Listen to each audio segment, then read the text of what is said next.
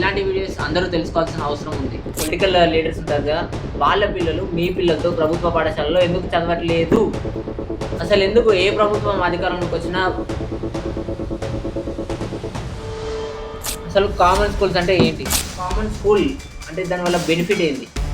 ఒకవేళ వాళ్ళ పిల్లలు మీ పిల్లలతో ప్రభుత్వ పాఠశాలలు చదివితే పాఠశాలలను ఎందుకు ఇలా విభజిస్తుంది?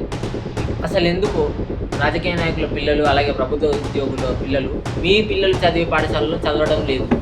అసలు రాజకీయ నాయకుల పిల్లలకు మీ పిల్లలకు విద్య సమానంగానే అందుతుందా? ఒకవేళ అవును అని అనుకుంటే అది మీ పొరపాటు. నిజానికి ఏ ప్రభుత్వం అధికారంలోకి వచ్చిన విద్యని ఒక వ్యాపారం కోణంలో చూస్తుందా? అసలు ఈ కామన్ స్కూల్స్ అంటే ఏంటి? ఒకవేళ రాజకీయ నాయకుల పిల్లలు మీ పిల్లలతో కలిసి చదివితే వాటి వల్ల వచ్చే ప్రయోజనాలు ఏంటో మీకు తెలుసా?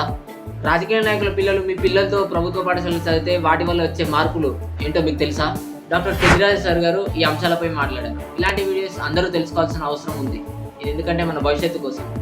ఓకే, సో తెలుసుకోండి, మీకోసం కాదు, రాబోయే తరాల కోసం తెలుసుకోండి. వాళ్ళ విద్య ఉండాలంటే, వాళ్ళందరికీ విద్య సమానంగా అందాలంటే మీరు తప్పనిసరిగా తెలుసుకోవాల్సిన అవసరం ఉంది. ఈ వీడియో కింద ఉన్న ఈ లింక్ని క్లిక్ చేసి ఫుల్ వీడియో చూడండి, లేదా యూట్యూబ్లోకి వెళ్ళి డాక్టర్ పెద్దిరాజు సార్ అని సెర్చ్ చేసి ఈ థంబ్నెయిల్ ఉన్న వీడియోని చూడండి.